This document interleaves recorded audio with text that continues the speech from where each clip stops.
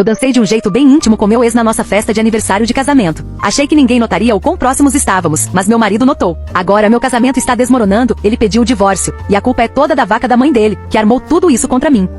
Pensei por muito tempo se deveria ou não fazer essa postagem, e estou fazendo agora porque decidi que já que tudo foi por água abaixo, por que não? Minha vida está arruinada e estou mais sozinha do que jamais estive. Então, pelo menos, posso falar sobre isso. Falar é tudo que me resta porque sinceramente não acho que haja chance de sair do buraco em que me enfiei. As coisas desmoronaram tão rápido que é difícil não se perguntar: o que diabos aconteceu? Tudo isso por causa de um jantar de aniversário. Um simples jantar de aniversário. Algo que James, 34 anos, e eu já havíamos feito 6 vezes. Era para ser nosso 7º aniversário de casamento, e acabou se tornando a pior noite da minha vida. O jantar já era quase um ritual. Algo que fazíamos todos os anos, que toda a nossa família conhecia e comparecia. Poderia até passar por uma espécie de feriado familiar conjunto. Todos vinham, e os que não podiam, mandavam desculpas pela ausência. Nosso aniversário tinha ganhado vida própria com o passar dos anos, e embora isso pareça sufocante na teoria, eu já estava mais do que acostumada. Namorei James por 3 anos e fui casada com ele por 7. A essa altura, era rotina. Sempre fazíamos um jantarzinho mais íntimo na noite anterior. Só eu, James e alguns amigos próximos. E no dia seguinte, a festa mesmo, geralmente na casa dos pais dele.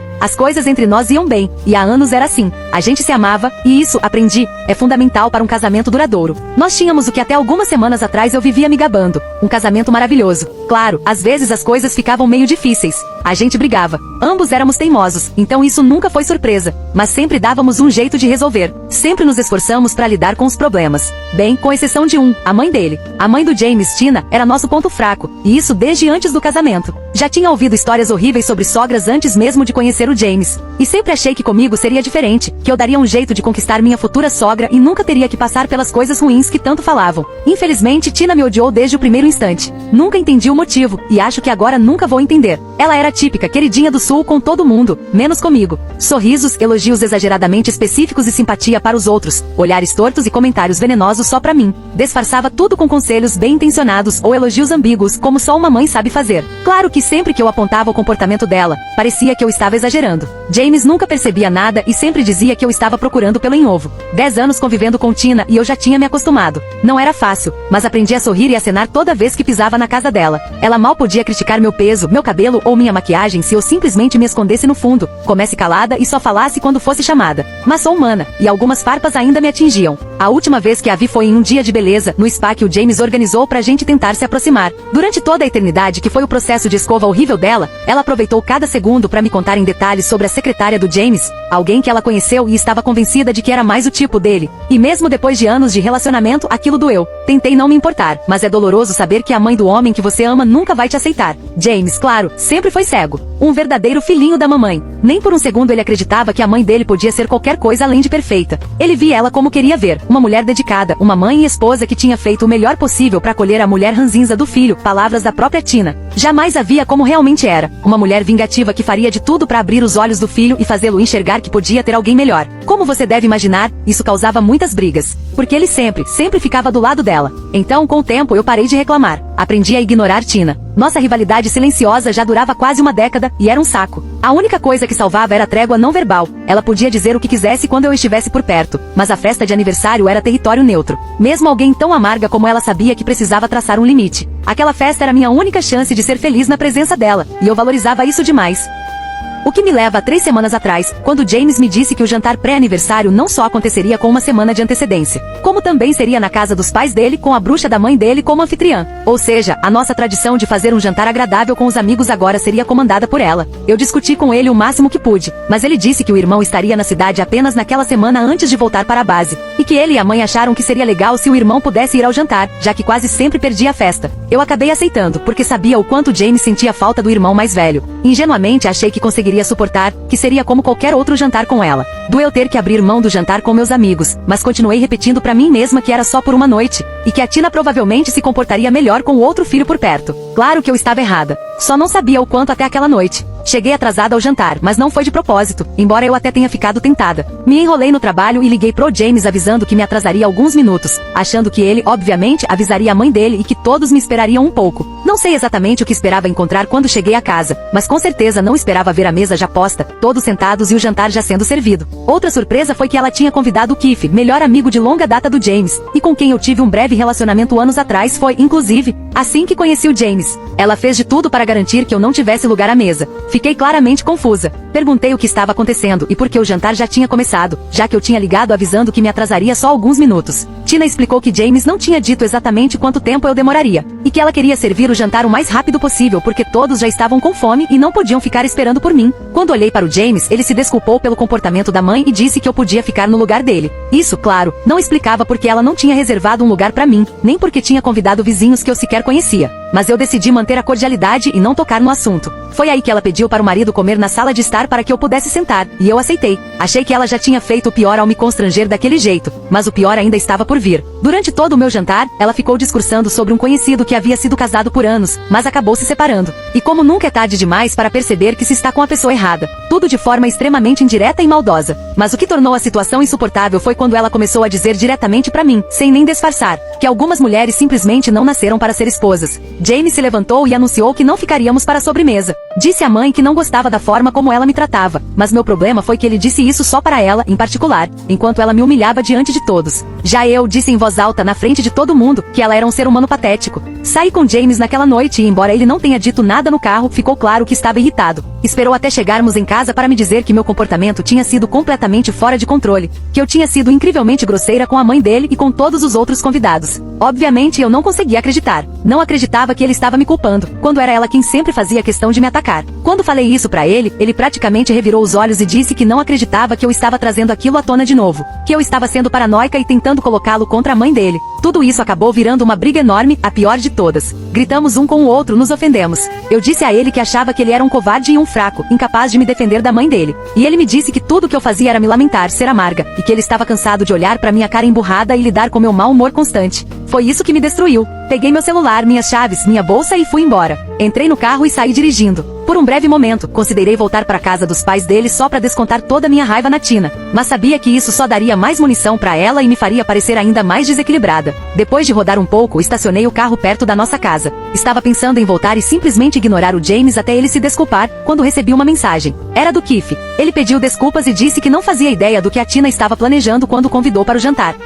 Ele disse que o que a Tina fez foi horrível, e então perguntou se eu estava bem. Nem sei explicar o que senti naquele momento. Ter alguém que não só reconheceu o que ela fez, mas que ainda se desculpou por ela ter me colocado naquela posição. Foi quase eufórico. Liguei para o Keith e ele atendeu na hora. Conversamos sobre tudo por um tempo, e eu contei que não era a primeira vez que aquilo acontecia. Ele ouviu tudo com paciência e pediu desculpas quando necessário. Foi a sensação mais validante que já tive na vida. Ele foi tão gentil e compreensivo, e por causa disso, de repente me lembrei de como éramos próximos, de como nosso relacionamento na verdade tinha sido bom. Não conseguia nem lembrar direito porque a gente terminou na época. Em algum momento da conversa, ele perguntou sobre o James. Contei que tínhamos brigado feio, que eu saí de casa e estava dirigindo sem rumo porque sabia que o James era teimoso demais para se desculpar tão cedo. E eu também não queria voltar para casa e ficar cercada daquela energia negativa e sombria dele. Foi então que o Keith sugeriu que eu fosse até a casa dele. Fiquei em dúvida por um segundo. Nem me lembrava onde ele morava. Sabia que era perto da casa dos pais do James, mas só isso. Sim, a gente namorou, mas já fazia quase 10 anos que mal nos víamos. Keith sempre foi um doce, mesmo depois que eu e James começamos a namorar. Ele sempre foi cordial comigo, mas se afastou e tentou manter a amizade com o James. Foi uma fase meio estranha nos primeiros anos, e naquela época eu até me perguntava se ele ainda não tinha superado totalmente, pelo jeito que me olhava e agia às vezes. Mas tanto tempo já tinha passado, achei que não havia a menor chance de ele ainda sentir algo por mim. E foi esse pensamento que me fez dizer sim. Ele me passou o endereço e fui até lá. Keith ainda morava no mesmo estúdio de antes. O lugar ainda estava decorado quase do mesmo jeito da última vez que estive lá. Ele me convidou para entrar e me ofereceu uma bebida. Aceitei. Não achei que fosse nada demais. Era o Keith. Sim, a gente tinha namorado há muito tempo, mas hoje ele era praticamente um irmão pro James. Não era nada sério. Sério mesmo, não era. Pelo menos no começo. Ele me ofereceu uma cerveja. Conversamos enquanto bebíamos. Ele me contou o que tinha feito nos últimos anos, como se mudou por um tempo por causa do trabalho, mas voltou poucos meses depois. Como os relacionamentos dele não deram certo, como aquela noite tinha sido a primeira vez em anos que jantava com a Tina. Estávamos nos divertindo, rindo. Eu não queria transformar a conversa toda em um desabafo meu, mas quando ele perguntou se a Tina sempre foi daquele jeito, as palavras simplesmente saíram da minha boca antes que eu pudesse evitar. Pedi algo mais forte, e ele preparou drinks pra nós. E então comecei minha sessão de crimes da Altina. Fiz questão de contar só os episódios engraçados. Não queria estragar o clima. A gente ria muito. Na hora eu nem percebi, mas estávamos rindo daquele jeito porque estávamos bêbados. Eventualmente, o papo deixou de ser sobre o que ela fazia e virou piada em cima dela. Foi cruel e mesquinho, eu sei, mas sendo bem honesta ela merecia. Keith fazia drink atrás de drink, e a gente ria tanto, falando mal da Tina, que eu nem percebi a hora passar. Se o James visse a gente bêbado debochando da mãe dele daquele jeito, acho que ele teria um infarto. Mas ele não estava lá. Não estava porque me chamou de louca, ao invés de me ouvir. Com o Keith pela primeira vez eu me senti vista e compreendida nessa luta de uma década. Ele não me menosprezou, não me chamou de exagerada, nem disse que eu só queria arrumar confusão. Isso não justifica o que aconteceu. Eu sei que não justifica, mas vocês têm que entender, de alguma forma. Passei anos me anulando, engolindo tudo que a Tina fazia só pra no fim, ela sequestrar o meu jantar e o meu marido. Eu estava chateada. Estava com raiva. Talvez eu realmente tenha sentido alguma coisa ali com o Keith. Ou talvez eu só quisesse ferir o James no único ponto que ainda poderia doer, mesmo que ele nunca soubesse. Não sei ao certo. Eu beijei o Keith. Mas em minha defesa, achei de verdade que ele me afastaria. Como eu disse, eu tinha certeza de que ele já tinha me superado, que não sentia mais nada por mim. Mas ele não me afastou. Ele me beijou de volta. Num segundo, eu só estava me inclinando para dar um selinho. No seguinte, as mãos dele estavam por todo o meu corpo. Ele me beijou como se estivesse esperando por aquilo há anos. Como se estivesse faminto por aquilo. As mãos dele deslizavam por todo o meu corpo. Eu sentia ele em toda parte, e mesmo sabendo que era errado, eu não queria que parasse. A gente se afastou por um segundo, e os dois estavam ofegantes, sem fôlego. Houve um momento, e eu nem lembro direito porque estava bem bêbada, mas tenho quase certeza de que vi em que nós dois trocamos um olhar. Um olhar como se soubéssemos que o que estávamos fazendo era errado. Só por um instante, antes de voltarmos a nos beijar e nos agarrar. E não parou por aí. Queria poder dizer que parou, mas não parou. Nos beijamos por um tempo, e eventualmente a coisa ficou mais íntima. Só umas carícias, mãos passeando aqui e ali. Nada muito sério. A gente não chegou a tirar toda a roupa e nem transamos.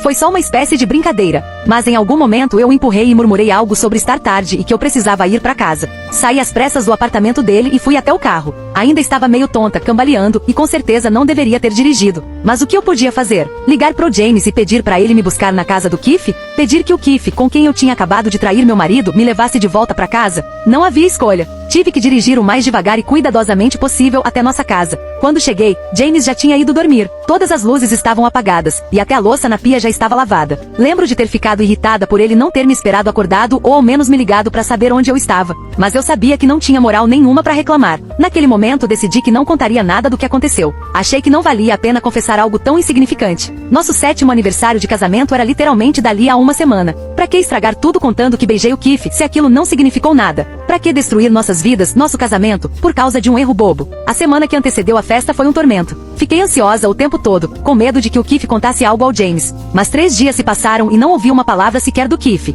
E soube que ele não disse nada, porque o James se desculpou e passou a semana inteira sendo atencioso, carinhoso, romântico. Tudo estava indo tão bem, tão perfeito. Achei que tudo ia dar certo. Mas então, na noite anterior à festa, recebi uma mensagem do Keith. Um simples oi. Esperei e esperei. Aquelas bolhas de digitação apareciam e desapareciam. Fiquei esperando para ver o que ele queria dizer. Se era o peso na consciência, se ele ia me avisar que pretendia contar tudo. Mas nada apareceu. No fim, desisti. Pensei que talvez ele só estivesse nervoso. Quis falar comigo e depois desistiu. Então mergulhei nos preparativos de última hora para a festa e garanti que tudo saísse bem no dia seguinte. A festa, como sempre, foi um sucesso. Nossas famílias estavam todas lá comemorando conosco, e tudo correu como deveria. Fomos jantar num restaurante fofo que também tinha um jardim, todo decorado com luzes de fada. A única coisa estranha foi o James. Ele estava um pouco diferente. Ele nunca foi do tipo super carinhoso, provavelmente por causa da criação terrível da Tina, sem dúvida. Mas não consegui deixar de notar o comportamento estranho, principalmente porque ele tinha sido tão doce e afetuoso na semana anterior. Na festa ele continuava sendo gentil, mas parecia meio robótico. Claro que eu só entenderia o motivo horas depois. Na hora, ignorei.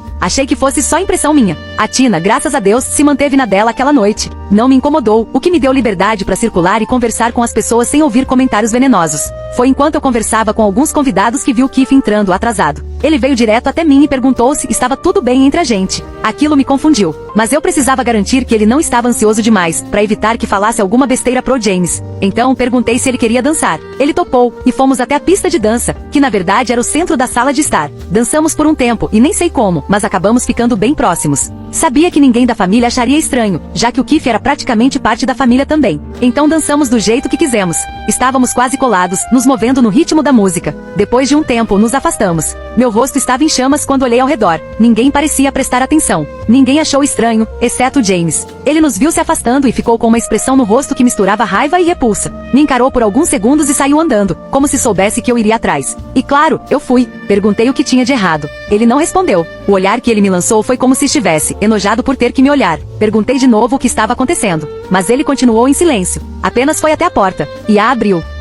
Eu passei pela porta achando que ele queria que a gente fosse lá fora conversar sobre o que quer que estivesse errado, longe da nossa família. O que eu não esperava era que ele me desse um tchauzinho discreto e então batesse a porta na minha cara. Imediatamente tentei abrir de novo, mas ele já tinha trancado. Bati na porta tentando fazê-lo abrir, mas ele não respondeu. Depois de mais ou menos 1 minuto chamando por ele e batendo na porta, ele disse, do outro lado, para eu ir embora. Só isso. Mais nada. Apenas que eu fosse embora. Não havia nada mais que eu pudesse fazer. Eu já tinha batido tanto na porta, e ninguém apareceu para abrir. Provavelmente não conseguiam me ouvir por causa da música, e se a Tina tivesse escutado, ela provavelmente aumentaria o volume só de maldade. Eu não tive outra escolha a não ser voltar para casa. Esperei o James voltar o máximo que consegui, mas acabei pegando no sono. Quando acordei na manhã seguinte, ele estava parado aos pés da cama, ainda com o terno da noite anterior. Quando percebeu que eu tinha acordado, não disse uma palavra. Apenas me entregou o celular dele. Na tela estava uma captura de tela de algumas mensagens do Keith. Demorei um pouco para entender. Eu ainda estava grogue, mas logo percebi que era a minha conversa com o Keith. Começava com aquele oi que ele tinha mandado. Eu tinha deixado o meu celular no balcão e quando voltei, não vi nenhuma mensagem nova,